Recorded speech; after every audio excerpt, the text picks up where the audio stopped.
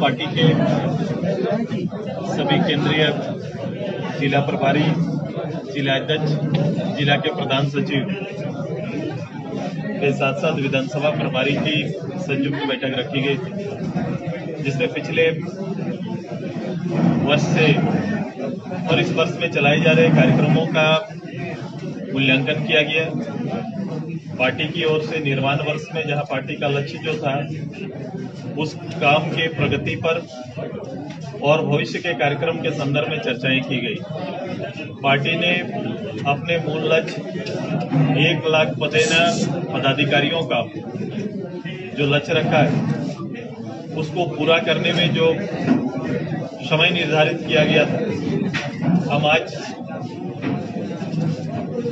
उस समय अवधि का थोड़ा विस्तार कर रहे हैं और तैयारी हमारी है कि हर हालत तक 15 नवंबर से पहले जो थोड़ा भी पार्टी के सहयोगी इकाई का, मूल इकाई के अलावे सहयोगी इकाई का गठन पंचायत स्तर से लेकर राज्य स्तर तक का सारा सम्मेलन निर्धारित समय के अंदर पूरा करने का निश्चय हम सभी लोगों ने लिया है।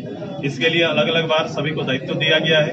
साथ ही जैसे जैसे प्रमंडल वाइज ये काम पूरा होते जाएगा, हमारा क्षेत्रीय प्रमंडलीय सम्मेलन हम लोगों ने निश्चय किया है 15 सितंबर से लेकर नवंबर के मध्य तक में सारा क्षेत्रीय सम्मेलन पूरा कर लेने का निर्णय लिया है। हमारी कोशिश है कि पार्टी को इसी वर्ष अंत तक पार्टी का महाधिवेशन तय है और महाधिवेशन की तैयारी इन सारे कार्यक्रमों के साथ हम लोग पूरा करने का निर्णय लिया है। साथ ही अभी के ज्वलंत विषय, साथ ही साथ ठीक है सर, बोलते रहिए कोई दिक्कत नहीं। साथ ही साथ जो हमारा भविष्य के कार्यक्रमों को भी साथ में लेकर चलेंगे, इसके लिए हम सभी लोगों ने प्रखंडवार जन मुद्दों के साथ पार्टी को अलग अलग क्षेत्र की समस्याओं के साथ पार्टी को मुखर होने का निर्देश दिया है, ताकि जो हालात हैं इस हालात का सही मूल्यांकन और सही नेतृत्व, जनभावना का सही नेतृत्व मिल सके। ये पूरा कार्यक्रम अभी हम लोगों ने निर्धारित किया है और ये कार्यक्रम चलेगा जहां ग्रामीण स्तर पर, गांव स्तर की समस्याओं को एकत्रित करके, प्रखंड स्तर पर होने वाली समस्या, अंचल में होने वाली समस्या, लॉ एंड ऑर्डर पर होने वाली समस्या, सरकारी संसाधन का दुरुपयोग से लेकर जो हमारा मूल एजेंडा है सामाजिक न्याय का, हमने आग्रह किया, मुख्यमंत्री से 2 बार आग्रह किया इस प्रदेश में जातीय जनगणना कराने का। जैसे बिहार सरकार ने किया उसी तरह राज्य सरकार को भी जातीय जनगणना कराना चाहिए, क्योंकि ओबीसी को लेकर लगातार हम लोग बात करते रहे और ओबीसी के आरक्षण की मांग करते रहे।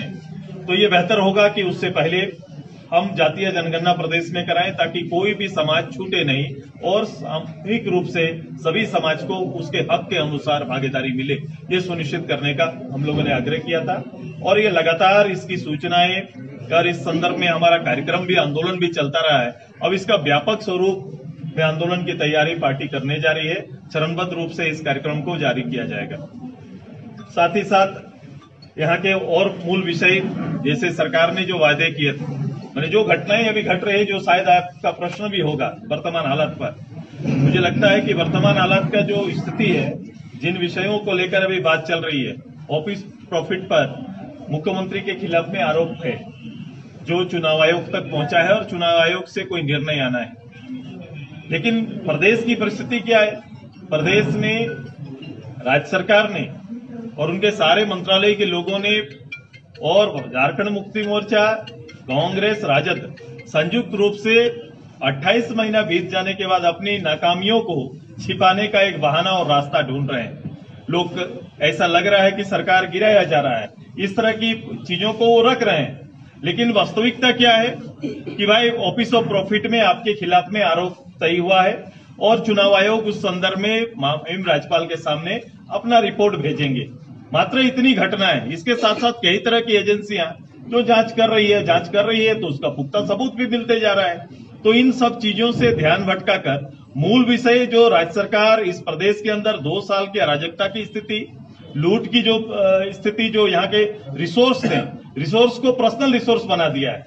जो राज्य रिसोर्स होना चाहिए वो पर्सनल रिसोर्स बन गया है। उसके ऊपर और इन सारे जितने भी कमिटमेंट थे राज्य सरकार के, उनको छिपाने का काम राज्य सरकार कर रही है और ध्यान भटकाने के लिए इस तरह के आचरण कर रहे हैं। मैं रोज देख रहा हूं कौन किसकी सरकार गिरा रहे हैं। ये कह रहे हैं कि वो भारतीय जनता पार्टी हमारी सरकार गिरा रही है। दूसरा, आपने देखा होगा कि झारखंड मुक्ति मोर्चा का महासचिव मीटिंग करके पूरी बात बोलते हैं कि 19 भारतीय जनता पार्टी के विधायक हमारे संपर्क में है।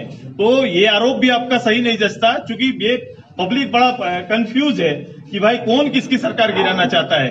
ये असल में ये हो रहा है कि ये ध्यान भटकाने का काम हो रहा है, नाकामियों को छिपाने का काम हो रहा है, और इस सब से और इस तरह से जो नाटकीय व्यवस्था से आप जनता से पार नहीं पा सकते हैं। जन मुद्दों के साथ और कमिटमेंट को पूरा करने का हल्ला बोल कार्यक्रम हम लाएंगे और पब्लिक के साथ खड़ा होकर उन मुद्दों को पूरा करने की आपसे और आपकी सरकार और इस गवर्नमेंट से अपील करेंगे और आंदोलन करेंगे। क्या मध्यवर्ती चुनाव की मांग करेंगे, क्योंकि अभी ये इस तरह का हौच पौच हो गया है? क्या वो उसका विकल्प है? क्या मध्यवर्ती चुनाव इस माहौल का विकल्प है?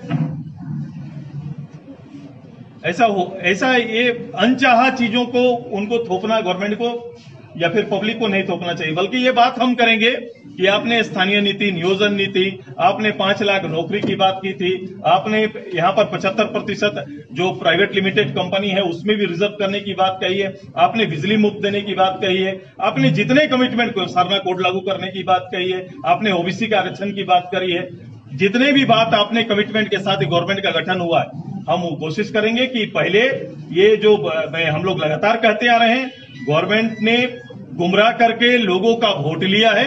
अब उन समय आ गया है कि गुमराह करने वाले पूरे मतदाताओं को एक साथ खड़ा करेंगे और ये साबित करेंगे कि गवर्नमेंट ने झूठा वायदा किया।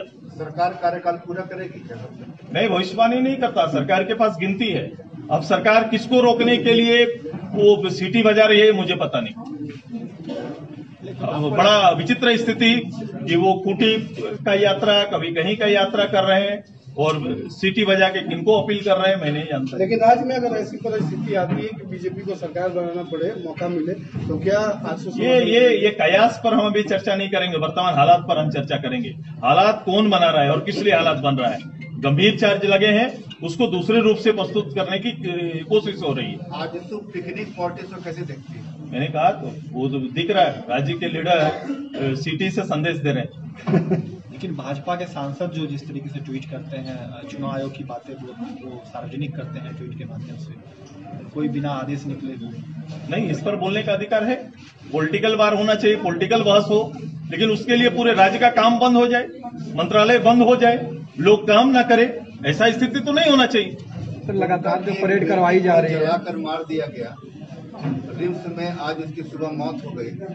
इस पर सारे लोग, यहाँ तक कि सभी पॉलिटिकल पार्टी, सरकार में लोग जिम्मेदार हैं, लेकिन कोई भी पॉलिटिकल पार्टी अभी तक बयान नहीं है, लोग खामोश हैं। नहीं, ये मैंने कहा अराजकता इसलिए कह रहा हूं कि जब शासन अपना काम नहीं करेगा, जो दायित्व में बैठे हुए पदाधिकारी अपना काम नहीं करेंगे, जो मुख्यमंत्री अपने दायित्व का निर्वहन नहीं करेंगे, मंत्री अपना काम नहीं करेंगे और सारा का ध्यान किसी और केंद्रित कर देंगे, तो ये अच्छी बात, अच्छी पहल नहीं है। ये राज्य के साथ धोखा है, राज्य के लोगों के साथ धोखा हो रहा है।